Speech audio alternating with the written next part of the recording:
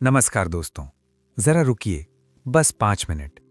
कहीं भी बिना स्क्रीन के, बिना आवाज के बैठ पाना, क्या आज हमारे बस की बात है? हम उस दौर में जी रहे हैं जहां ध्यान भटकना कोई कमजोरी नहीं, बल्कि हमारी नई आदत बन गई है। और सबसे डरावनी बात यह है कि ये भटकाव बूढ़े, जवान, अमीर, गरीब किसी को नहीं बख्श रहा। हाल ही में मैं एक महिला से मिला, पेशे से कलाकार, घर पर 3 साल का छोटा बच्चा। वो कहने लगी, पहले मुझे घर के काम करते वक्त बच्चे की चिंता सताती थी, लेकिन अब मैं उसे मोबाइल थमा देती हूँ। रील्स देखता रहता है, शांत रहता है और मुझे चैन मिलता है। यहाँ तक कि अब मैं घर बैठे अपने करियर के लिए आर्ट भी कर पा रही हूँ। एक दिन वो अपनी आर्ट में व्यस्त थी। दोपहर हो गई, उसे ध्यान ही नहीं रहा कि बच्चे को खाना देना है। और सबसे हैरान करने वाली बात यह थी कि उस 3 साल के बच्चे ने भी भूख का कोई एहसास नहीं जताया। वो रील्स में इतना डूबा था कि उसे अपनी भूख तक याद नहीं रही। उस माँ को उस दिन झटका लगा। वो रो पड़ी और बोली, मैंने अपने बच्चे का बचपन रील्स को गिरवी रख दिया। और यही असली सवाल है कि क्या हम सब किसी न किसी रूप में यही नहीं कर रहे? जरा सोचिए, आप किसी मीटिंग में हैं, सामने वाला बोल रहा है, आपकी आंखें तो उस पर हैं, लेकिन मन कहीं और है। पैर हिल रहे हैं, उंगलियां स्क्रॉल करने को बेताब हैं। दिमाग में बेमतलब का शोर, कल क्या कहा था, क्या पहनूं, उसने क्यों नहीं देखा। हम किताब खोलते हैं, एक लाइन पढ़ते हैं, दूसरी लाइन में ध्यान चला जाता है, फिर वही लाइन दोबारा पढ़ते हैं, फिर छोड़ देते हैं, फिर मोबाइल उठाते हैं बिना किसी वजह। ये पागलपन नहीं तो क्या है? और ये पागलपन अब हमें सामान्य लगता है। वैज्ञानिक कहते हैं, हर रील, हर नोटिफिकेशन, हर ब्रेकिंग न्यूज़ पर हमारे दिमाग में डोपामाइन छूटता है, और जब वो नहीं मिलता तो कॉर्टिसोल यानी तनाव हार्मोन बढ़ता है। हम बेचैन हो जाते हैं, फिर हाथ बढ़ता है उसी डोपामाइन के लिए। ये वही तंत्र है जो शराब, नशे, जुए में काम करता है। बस फर्क इतना है कि ये नशा सामाजिक रूप से स्वीकार्य है। हम दिखते तो सामान्य हैं, लेकिन अंदर से बंधे हुए हैं। प्राचीन स्टोइक दार्शनिक एपिक्टेटस ने कहा था, मनुष्य वस्तुओं से नहीं, बल्कि वस्तुओं के बारे में अपने दृष्टिकोण से परेशान होते हैं। यानी हमारा दुख इसलिए नहीं है कि दुनिया में भटकाव है, बल्कि इसलिए है कि हमने अपने ध्यान पर से नियंत्रण खो दिया है। रोमन स्टोइक सम्राट मार्कस ऑरेलियस अपनी पुस्तक मेडिटेशंस में लिखते हैं कि मन की शांति बाहरी परिस्थितियों से नहीं, बल्कि आंतरिक अनुशासन से आती है।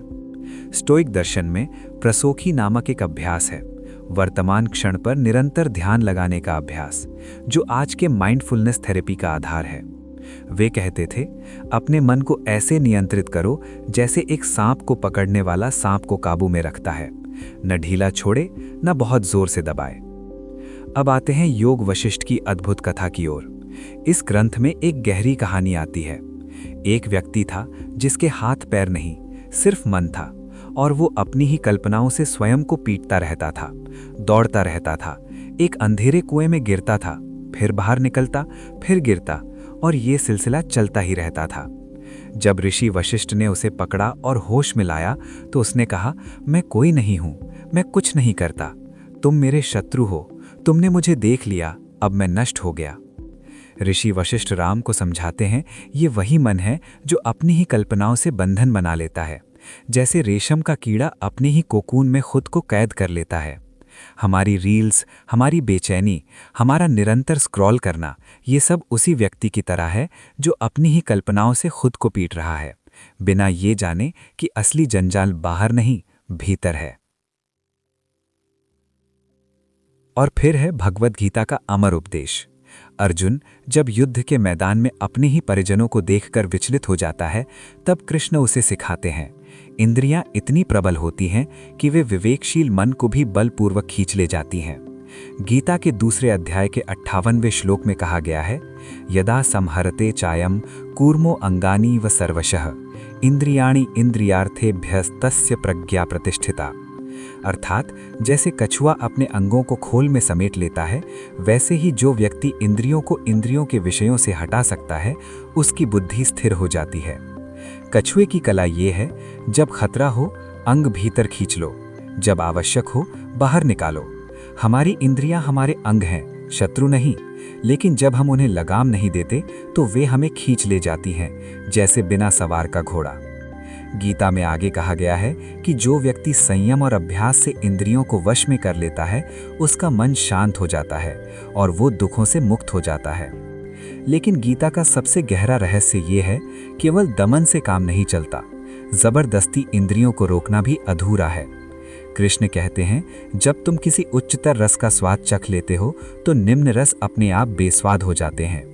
यानी हमें सिर्फ डिस्ट्रैक्शन से भागना नहीं है, बल्कि एक ऐसा आंतरिक आनंद खोजना है जो इन रील्स और शोर से कहीं अधिक गहरा हो। वो आनंद तुम्हारे भीतर ही है, बस उसे खोजना है। अब आते हैं अष्टवक्र गीता की ओर। ये अद्वैत वेदांत का सबसे क्रांतिकारी ग्रंथ है। राजा जनक अष्टवक्र से कहते हैं, पहले मैं शारीरिक क्रियाओं से विमुख था, फिर लंबी बातों से, फिर सोचने से ही विमुख हो गया, और यही कारण है कि अब मैं स्थिर हूँ। अष्टवक्र गीता के 20वें अध्याय में एक श्लोक आता है, विकल्पः कल्पना क्वापि न मे नैव मनोगतिः नैव ध्यानम न संकल्पो न ध्येयम न समाधयः। जहाँ विचार ही नहीं, वहाँ ध्यान भटकने का प्रश्न ही कहाँ उठता है। और आगे कहते हैं, जहाँ ध्यान और विक्षेप दोनों नहीं, जहाँ सुख दुख नहीं, मैं शुद्ध चैतन्य हूँ। अष्टवक्र सिखाते हैं, जब तुम जान लेते हो कि ये सब संसार मात्र कल्पना है, तो तुम ना तो सुख में आसक्त होते हो, न दुख में घबराते हो। विक्षेप भी कोई चीज नहीं रह जाती, क्योंकि विक्षेप तब होता है जब कुछ और है जहां मन जा सके। जब तुम जान लेते हो कि सब कुछ तुम हो, तो जाने के लिए कहीं बचता ही नहीं। लेकिन इतना ऊंचा दर्शन सुनकर ये मत सोचो कि ये तुम्हारे लिए नहीं है, ये तुम्हारे लिए ही है।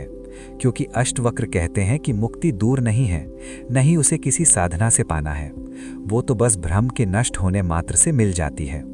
हमारा भ्रम ये है कि हम सोचते हैं रील्स देखूंगा तो अच्छा लगेगा, स्क्रॉल करूंगा तो मजा आएगा। यही भ्रम है। असल में ये तो दुख का ही दूसरा नाम है। और इसलिए इन सब शिक्षाओं का सार ये है, कार्ल जुंग ने ठीक कहा है, तुम अपनी छाया से भाग नहीं सकते, उसे स्वीकार करना ही एकमात्र उपाय है। अपने गुस्से को मत दबाओ, अपनी उदासी को मत छुपाओ, अपने डर को मत टालो। जब तक तुम इनसे मुंह मोड़ते रहोगे, तब तक किसी न किसी रील, गपशप, बेकार की खबर या पॉन के पीछे भागते रहोगे। रास्ता मुश्किल है, लेकिन अकेला नहीं। तो चलिए आज से शुरू करते हैं, सबसे बहादुर तरीके से। कुछ मत करिए, हाँ, बस 15 मिनट के लिए चुपचाप बैठिए। न सोना है, न स्क्रॉल करना है, न बात करनी है, बस बैठना है। अपनी सांसों को महसूस करना है, अपनी धड़कनों को सुनना है। मन भटकेगा, बार बार भटकेगा, पर हर बार उसे प्यार से वापस लाना है। खुद को डांटना नहीं है, प्यार करना है। तू भटक गया, कोई बात नहीं, अब लौट आ।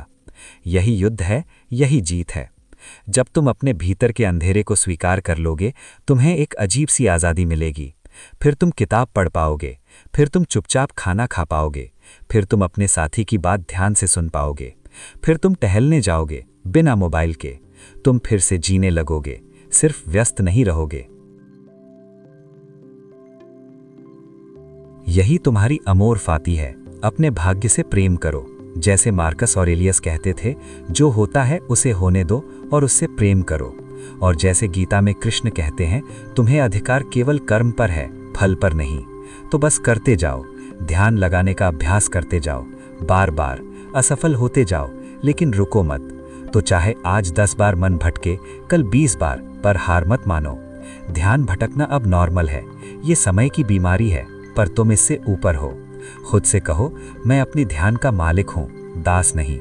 धीरे धीरे, एक सांस, एक पल, एक दिन तुम जीतोगे, शांति से, प्रेम से, अपनत्व से। और तब तुम सच में जियोगे, बिखरने के लिए नहीं, बल्कि समेटने के लिए। जैसा अष्टवक्र ने कहा, विकल्पः कल्पना क्वापि न मे नैव मनोगतिः।